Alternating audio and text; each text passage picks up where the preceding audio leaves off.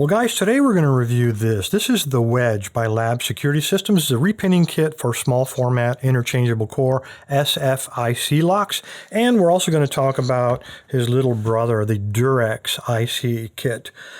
Before we jump into this, I think it's important that we all have a common understanding about how these multi-shear line works, how the SFIC works, why some of them are easy to pick open, why some of them are hard to pick open. And explaining these kits, I hope you'll get an answer for that. Stick around.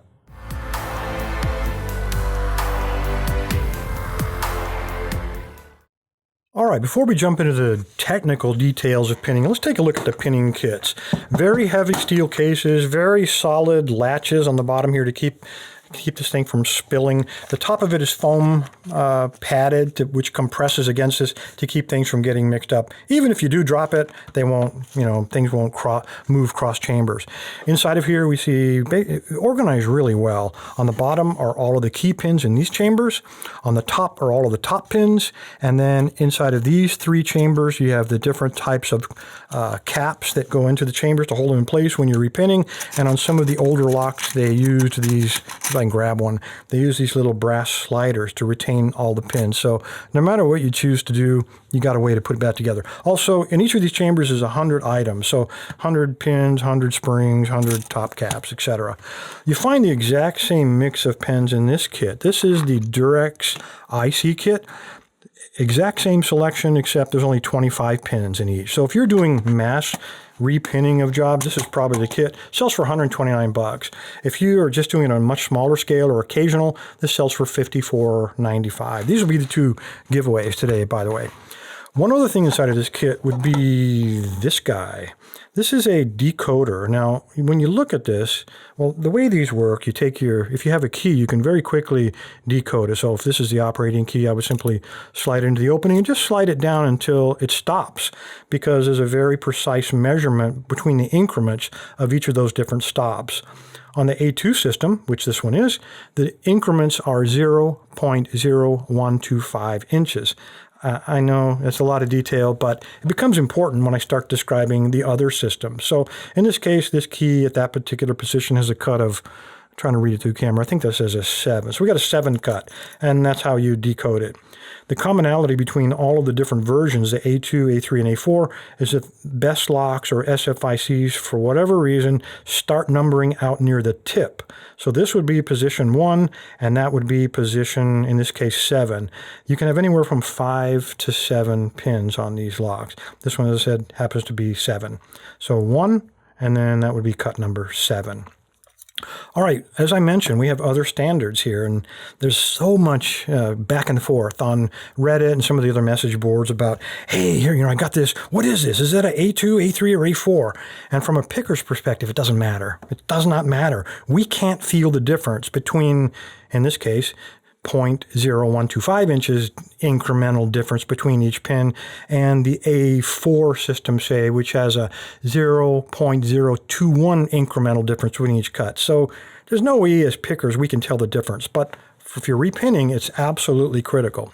All right, A2 is by far the most common standard that's out there. Almost all the locks that you're going to run into are going to be the A2 standard. And that's what this kit is, and of course that's also what the Durex kit is. There's also an A3 standard. Now this is, for all practical purposes, obsolete. Invented by Best Corporation in 1968. The tolerances in that model of the lock were much tighter, and what they discovered is that after a little bit of wear, the locks stopped working reliably. So they abandoned the A3 in 1974.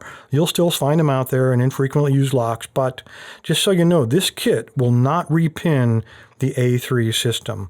Likewise, the A2 kit will not repin the A4 system.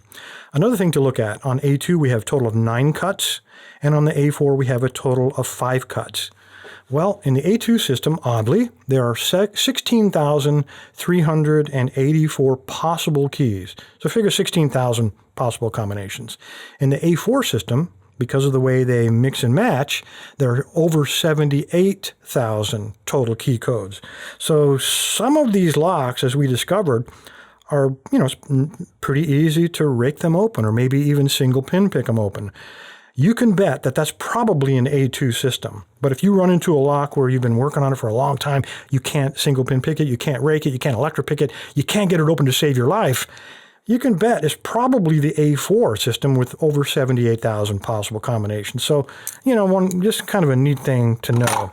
When we look at these, I mentioned a lot of differences, but when we look at the top of this, you'll notice that these keys not only on the pins, these are all the top pins located here. They have the measure in inches on the length. So if I'm a locksmith and I know I'm going to be putting in, say, operating, submaster, master, grandmaster, and control, and I'm putting all those pins into a stack, I've got to mentally add up all these sub-inch increments, keep it in my head so that it'll all work at the end. Well, SFIC and BEST kind of made things a little bit easier for people like me. Instead of having to memorize all those incremental inches, now all I've got to know are the number of the pins. And I have to know my objective number. So you got to be able to add, and the number we need to add to in the A2 system is 23. So adding up the pin numbers, all of them together should never exceed 23, nor should they be less than 23. So let's go to a graphic, and I'll show you how that looks if we were to punch out one of the chambers of this SFIC lock. All right, on this graphic, you can see we have a number 23 at the very bottom, and that tells us we're working with the A2 system, the one with 16,000 possible combinations. On the bottom, that silverish looking is labeled plus 7A. Forget the letters from now. Let's just look at those numbers. So he's pin number 7. I don't need to know how long he measured in inches. I just need to know that he's pin number 7.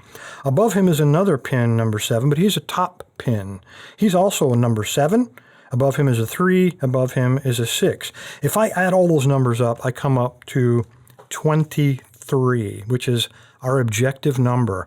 Why do we do that? Why do they have an exact number? Well, a couple reasons. One is the distance inside of the chambers is a known distance. Only a certain number of pins or cuts will fit inside of there. If I tell you you have to have only 23, not 24, if you put 24 in there, you won't be able to recap it. Or if you are able to recap it, you won't be able to get the key into the keyway. It simply won't slide in there. So kind of a chamber clearance protection, and also for error checking. If the locksmith has a pinning tray that has the increments marked on it, he can do a visual to make sure he never exceeds 23 and that all the chambers equal 23. I know that's kind of odd, so let's take a look at a pinning chart to see how that might work.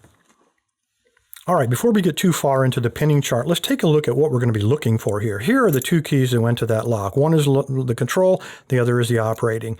And when we put the two of these guys side by side, let me see if I can get these lined up just perfectly, you'll notice that we have two different shear lines. Now, the shear lines only need to be different on one cut position. Oftentimes, locksmiths will use, put it on different positions. In this case, I think we're looking at dang near almost every single cut is going to be different on this. Again, it's the locksmith's choice. But the difference between the operating and the control is exactly a cut of 10. So that's what we're shooting for. Let's go back to our pinning chart. All right, on our pinning chart, take a look at this guy. You'll see at the very top we have a total stack, and that would be 23, telling us we're pinning up to the magic number for an A2 system. We see the control key, we see a grandmaster. We're going to ignore the grandmaster, master, and submaster for now. Let's just look at the individual operating cut on chamber number 1. Now, I know the cuts that are shown there don't match up with that key. I'm really just showing you how they all align from position 1 to position 7. Okay, so the cut on position 1 is 6. If we added 10 to that, that means that we would have a control cut at that position as well. So we add 10 to 6, well, we don't get 14. So that tells us that position 1 is not a common cut with the control key. So we're not going to worry too much about that guy. Go to position 2, 7, add 10, it should be 17. It's not. We have a cut of 11. He's not a control position cut. And keep moving down the line. You go to position 3, you notice we have an 8. If we add 10 to that, that is 18. So position 3 is a control cut. 4 is not, 5 is not. If you look at 6, 5 plus 10 is 15.